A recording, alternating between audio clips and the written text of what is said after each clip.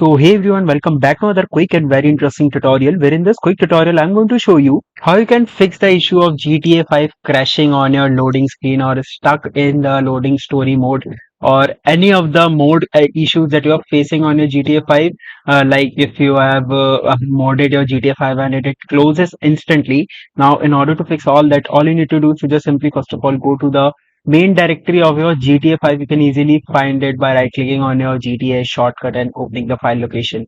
Now here, all you need to do is to just simply rename this folder, that is modes. Now once you do it, this process is used to remove all of the modes using one click. Like for example, if I've added some dash in front of it, now all the modes from the game have been now deleted. That's temporarily disabled and it's not deleted, so you can get that back if you have fixed your issue. Now restart the game and you'll notice that disabling all the disabling all these modes will get your GTA fixed. If that's the case, that simply means your modes have some issue. So go to the modes folder and try deleting the modes that you have installed, and it will definitely gonna solve your issue of your GTA 5 crashing. Alright, so that's it for this tutorial. I hope this video will be helpful for you. Make sure to hit the like button and subscribe button for more such helpful and interesting tutorials. See you in the next one. Take care.